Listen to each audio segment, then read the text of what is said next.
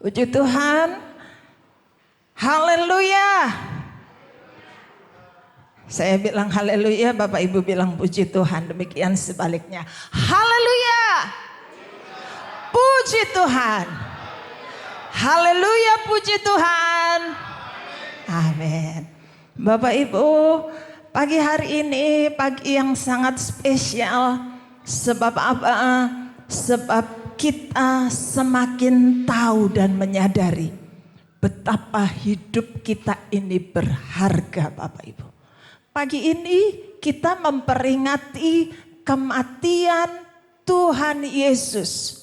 Saudara, kalau kita mengasihi seseorang, kalau kita cinta kepada seseorang, kita pasti akan melakukan apa saja untuk orang yang kita cintai. Betul apa betul? Betul. Itulah yang dilakukan Tuhan Yesus bagi kita, yang kita peringati pagi hari ini. Karena Dia mengasihi saudara dan saya, sehingga Dia rela mati di atas kayu salib. Kalau Tuhan tidak cinta dan mengasihi kita, untuk apa Dia mau? Dia enak di kerajaan surga, tapi Dia demi cintanya bagi saudara dan saya, Dia rela turun ke dunia, menjadi sama seperti manusia, bahkan mati, memberi nyawanya di atas kayu salib bagi saudara dan saya. Karena itu, saudara adalah orang-orang yang berharga. Katakan amin. Saudara adalah orang-orang yang spesial di mata Tuhan. Tepuk kiri kananmu, engkau berharga. Engkau spesial. Haleluya, puji Tuhan. Puji Tuhan. Pagi hari ini saya sangat menikmati puji-pujian dengan suara merdu Bapak Gembala kita. Puji Tuhan. Saya percaya kita semua kalau kita datang dengan rasa rindu kepada Tuhan, kita rindu menyenangkan hati Tuhan, kita akan menikmati seluruh rangkaian ibadah kita dari awal sampai akhir. Bahkan pujian dari anak-anak tadi luar biasa. Ketika saya melihat anak-anak ini, saudara, kemudian saya mengurutkan ke atasnya. Ada orang tua, ada oma opanya, saudara, dan seterusnya. Saya melihat itulah kalau keluarga yang cinta Tuhan. Saudara, dari atas, entahkah itu mbah kungnya, oma opanya cinta Tuhan, melayani Tuhan, turun ke anak-anak akan tertular. Dan demikian sampai ke anak-anak. Mereka ini generasi yang dipersiapkan ke depan. Kita mungkin ada waktunya kita akan berakhir. Tapi mereka ini sedang dipersiapkan untuk menjadi generasi-generasi penerus gereja Tuhan. Karena itu Bapak Ibu, kalau Bapak Ibu ada terlibat dalam pelayanan, saudara lakukan dengan sukacita. Karena secara tidak langsung kita sudah memberikan contoh untuk generasi di bawah kita. Entahkah itu anak, cucu, cicit kita, pasti akan cinta Tuhan. Pasti cinta melayani. Puji Tuhan. Haleluya.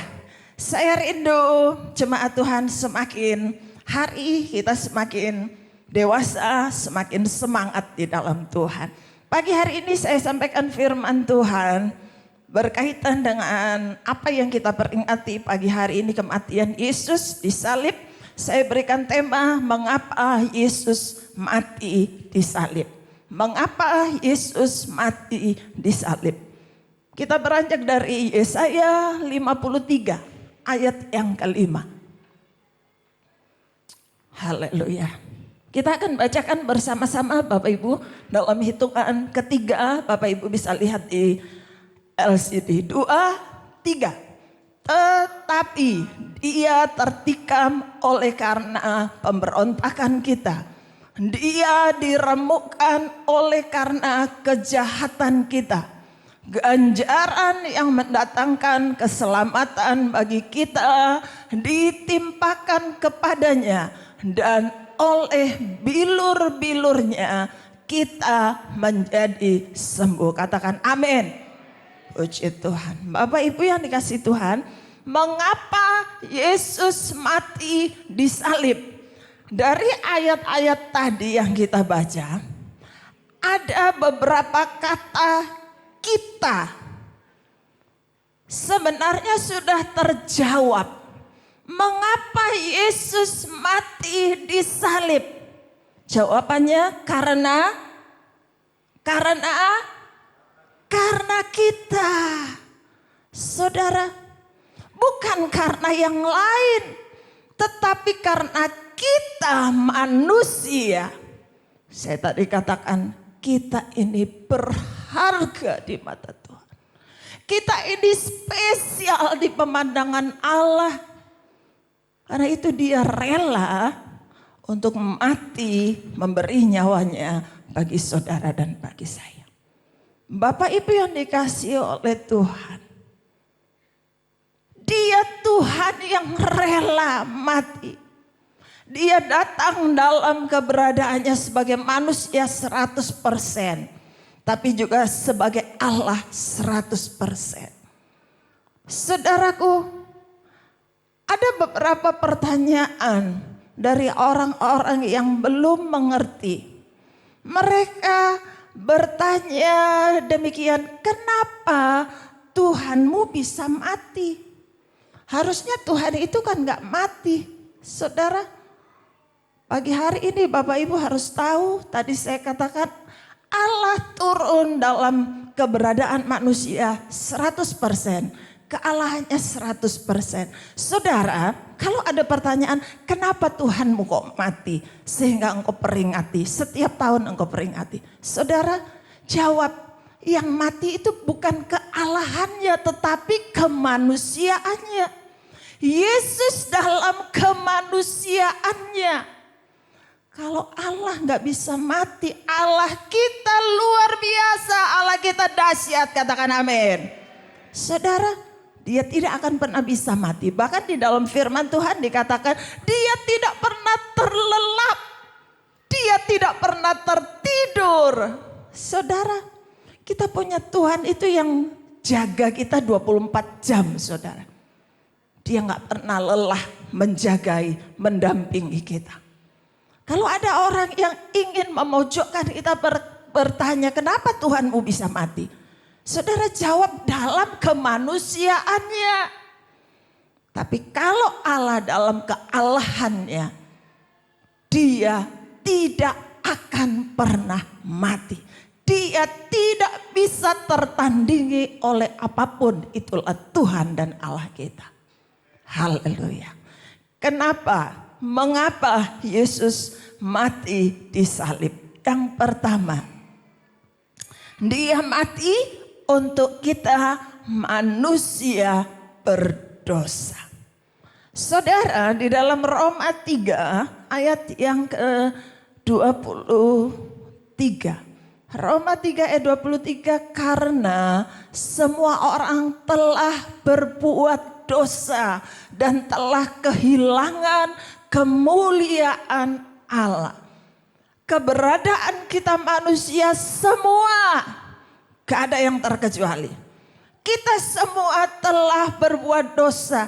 Pada dasarnya, dosa keturunan dari Adam dan Hawa sudah ada dalam kehidupan kita.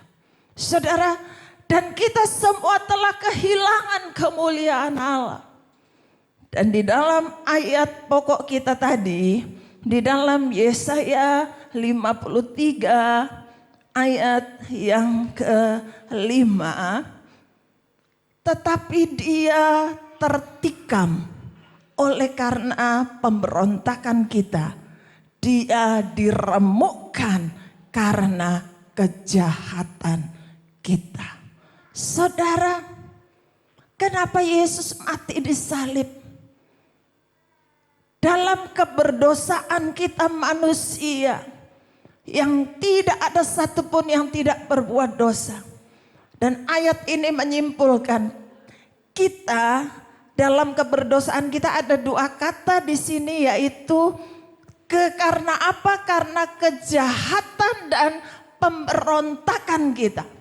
Mengapa Yesus mati di salib? Karena kejahatan dan pemberontakan kita. Saudara, kata kejahatan itu kata sifat. Tetapi ketika kata itu ditempelkan kepada subjek, kepada manusia, maka akan berubah menjadi penjahat. Saudara, kejahatan itu sifat. Pemberontakan itu kata sifat. Jahat, dari kata jahat, kata dasarnya. Kalau tempel kepada subjeknya menjadi apa? Penjahat. Pemberontak. Saudara, kenapa Yesus mati di salib? Karena kita ini adalah sesungguhnya penjahat semua. Kita ini adalah pemberontak semua. Saudara, kalau kita tidak ditebus oleh kematian Yesus di salib, saudara, kita ini semua penjahat. Kita ini semua pemberontak. Tetapi karena Dia mengasihi saudara dan saya. Kalau seorang penjahat, seorang pemberontak, saudaraku, umumnya kan orang itu nggak seneng. Kalau kita tahu dia itu seorang penjahat kelas kakap. Kalau dia seorang yang melakukan banyak pemberontakan. Saya percaya nggak ada satupun orang yang mau beri nyawanya untuk orang seperti ini. Umumnya orang akan berkata kalau penjahat melihat penjahat kelas kakap. Kalau boleh biar cepat game orang seperti ini. Atau seorang pemberontak kalau boleh cepat berakhir hidupnya. Karena apa? Karena bikin kasus, bikin masalah terus. Saudara, umumnya manusia akan seperti itu. Gak ada, saya percaya gak akan ada orang yang rela mati untuk seorang penjahat atau pemberontak. Tapi kita punya Tuhan, sekali lagi. Tuhan Yesus Kristus. Dia rela atas apa yang kita telah lakukan, segala kejahatan dan pemberontakan kita. Dia tidak perhitungkan itu semua. Dia rela untuk menebus, membayar hutang dosa kita di atas kayu salib. Saudara, gak main-main saudara. Salib itu sesuatu yang sangat menyakitkan. Saudara semua mungkin sudah pernah nonton film tentang penyaliban Tuhan Yesus. Berkali-kali ketika saya berkesempatan nonton, pada sesi di mana Yesus harus mengalami siksaan, dicambuk, dia harus memikul salib, melewati jalan Via Dolorosa untuk sampai di Golgota. Dengan darah yang menetes, dengan tubuh yang hancur, saudara. Saya gak pernah kuat untuk nonton dari awal sampai akhir. Selalu gak tahan, saudara. Air mata ini tiba-tiba saja mengalir.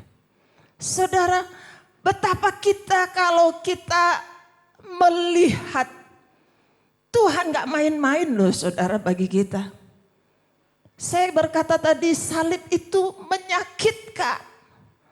Salib itu sesuatu bahkan di dalam Alkitab terkutuklah orang yang tergantung di atas kayu salib.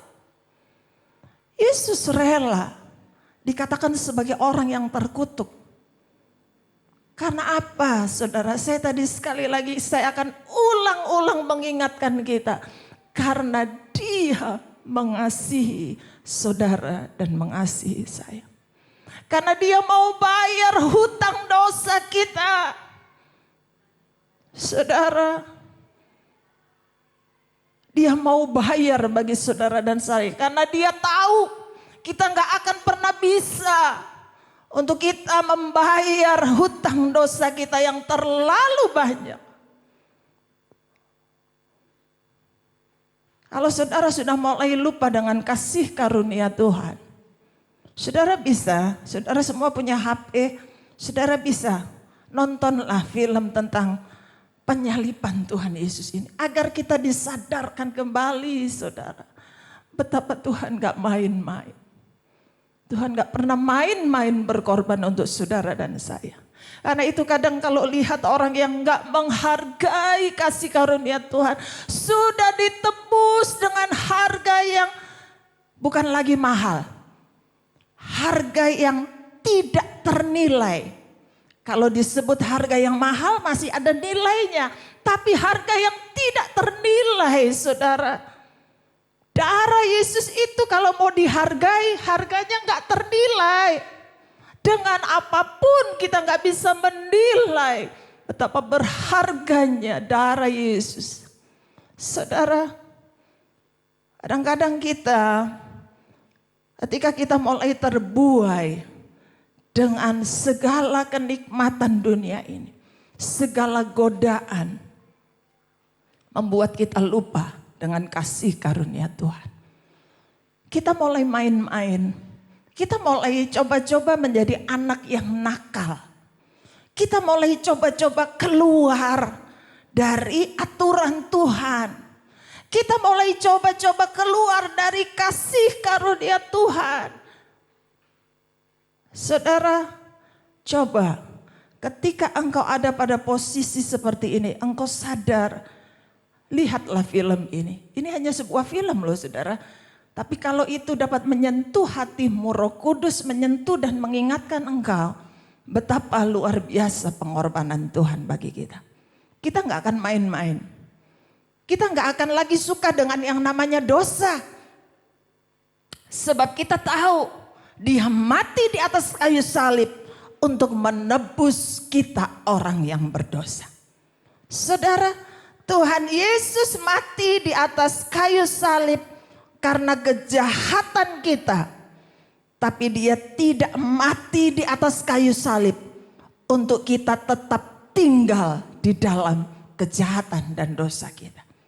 Sekali lagi, Dia mati di atas kayu salib untuk setiap kejahatan dan dosa kita. Tapi Dia tidak mati di atas kayu salib untuk kita tetap tinggal di dalam dosa dan kejahatan kita. Kita mau belajar menghargai pengorbanan Tuhan. Mengapa Yesus mati di salib? Yang kedua, Dia mati supaya kita selamat. Kita yang tadinya adalah orang-orang yang karena dosa, upah dosa ialah maut, kematian. Kita tadinya adalah orang-orang yang akan menuju kepada kematian. Tapi Dia rela mati di salib agar kita diarahkan kepada kehidupan. Kita yang tadinya adalah orang-orang yang sudah menuju ke neraka. Saudara, Dia rela mati di salib agar apa? Agar kita merubah tujuan kita, merubah kehidupan kita, arah kita menuju ke surga. Saudara, Dia mati di salib agar kita ini selamat, agar kita menjadi anak-anaknya yang akan mewarisi kerajaan surga. Saudara, ada kalimat yang berkata ada banyak jalan menuju ke Roma. Tetapi saya mau berkata untuk ke surga jalannya hanya satu, melewati Tuhan Yesus Kristus. Yang percaya katakan amin. Saudara, untuk ke surga jalannya hanya satu, melalui kematian Tuhan Yesus yang menebus kita. Melalui kita percaya kepada Tuhan Yesus sebagai Tuhan dan Juru Selamat hidup kita. Saudara, bukan karena banyaknya amal kita. Saudara, bukan karena banyaknya amal yang kita berikan yang dapat membawa kita masuk ke surga. Yang utama, percaya Tuhan Yesus Kristus. Dari kita percaya Tuhan, kita terus bertumbuh mengasihi Tuhan. Akhirnya apa? Kita akan melakukan perbuatan-perbuatan baik. Tapi bukan karena amal. Banyaknya amal kita yang membawa kita untuk kita masuk dalam kerajaan surga. Ingat, dia mati disalib untuk supaya kita menjadi selamat. Saudara, di dalam kembali ayat tadi, Yesaya 53 tadi, ya, ganjaran yang mendatangkan keselamatan bagi kita ditimpakan kepadanya, ya. Jadi poin kedua ini di ayat 53 bagian B, yaitu ganjaran yang mendatangkan keselamatan bagi kita ditimpakannya kepadanya. Dia mati disalib agar kita diselamatkan. Yang ketiga, mengapa Yesus mati disalib? Yang ketiga ayat balik tadi 53 bagian C, dan oleh bilur-bilurnya kita menjadi sembuh. Dan oleh bilur-bilurnya kita menjadi sembuh. Dia mati disalib supaya oleh bilur-bilurnya kita menjadi sembuh. Bapak Ibu sering mendengar kata bilur. Bahkan ada pujian yang ada kata ini. Halo Bapak Ibu, orang-orang yang lama sudah kenal Tuhan, ada pujian lama yang ada kata ini. Bilurnya, bilurnya, bilurnya sungguh heran. Bilurnya, bilurnya membawa kesembuhan. Asal percaya saja semua sakit hilanglah. Oleh darah Yesus tertolong. Saudara, apa bilur itu? Bilur adalah bekas-bekas luka memar, luka lebam, luka yang berdarah. Itu disebut bilur. Ketika Yesus dia mengalami penyiksaan sebelum dia digantung di atas kayu salib. Luka-luka di tubuhnya itu bahkan dituliskan rupanya bukan lagi seperti manusia.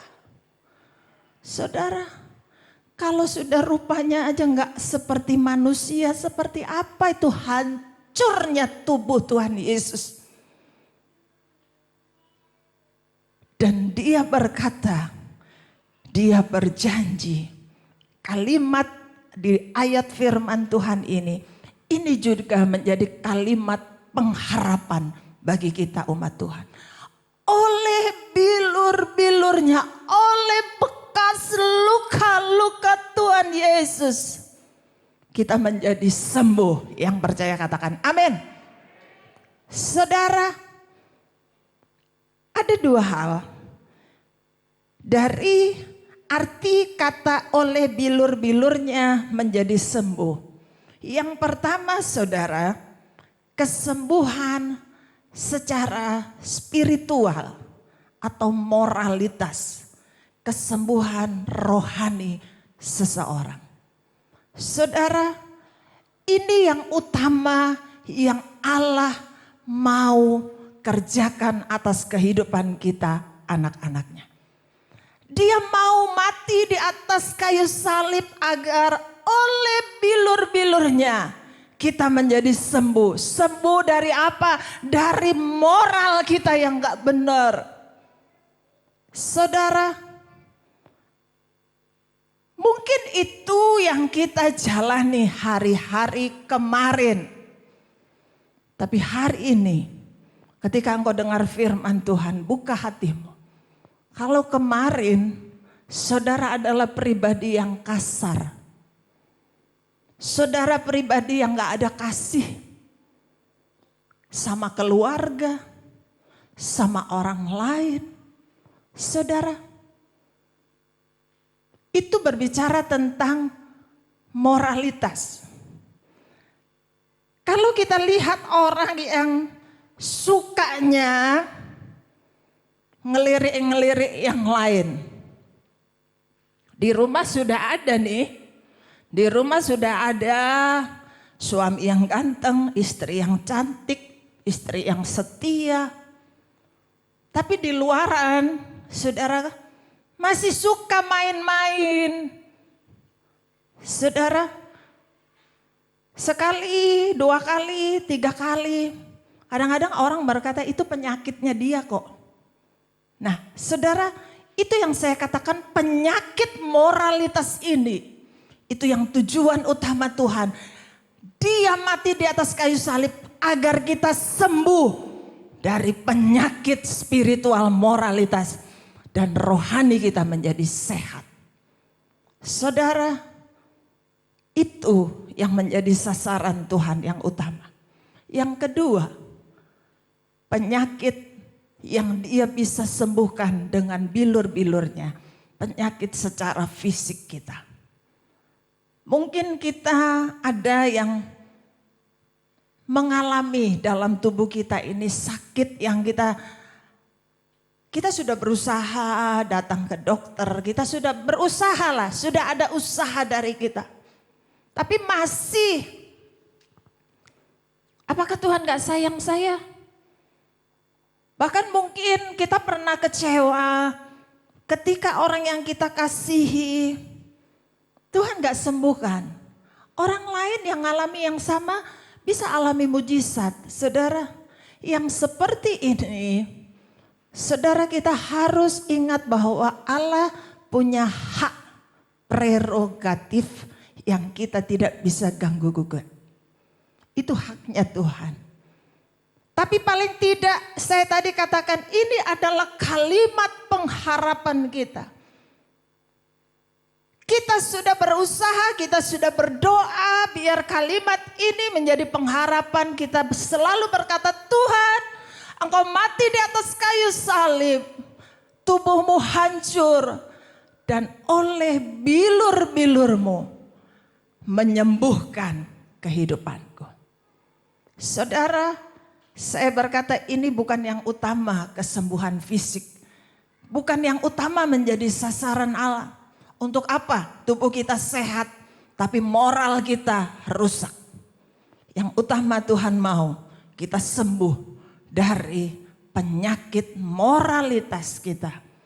Agar rohani kita menjadi rohani yang sehat, rohani yang bertumbuh di dalam Tuhan. Salib bagi banyak orang menjadi lambang kekalahan, menjadi lambang kegagalan. Salib menjadi lambang kematian. Bahkan dengan pikiran kita, manusia kita enggak bisa mikir kenapa Yesus yang dalam kealahannya rela mati dengan cara yang hina di atas kayu salib. Saudaraku, tapi setelah semuanya dia kerjakan, kita baru tahu bahwa kuasa salib mengerjakan pemulihan. Kuasa salib mengerjakan kemenangan. Kuasa salib menyelamatkan kita. Orang-orang yang berdosa. Dia mengasihi saudara, dia mengasihi saya. Pagi hari ini dalam kesempatan kita memperingati hari kematian Tuhan Yesus. Mari kita menyadari bahwa dia sangat mengasihi saudara dan saya. Kita sangat berharga di hadapannya. Hargai pengorbanan Tuhan. Hargai kasih karunia Tuhan di dalam kehidupan kita. Tuhan Yesus memberkati firman Tuhan yang dapat saya sampaikan. Kiranya boleh menguatkan jemaat Tuhan. Kita nyanyikan sebuah pujian.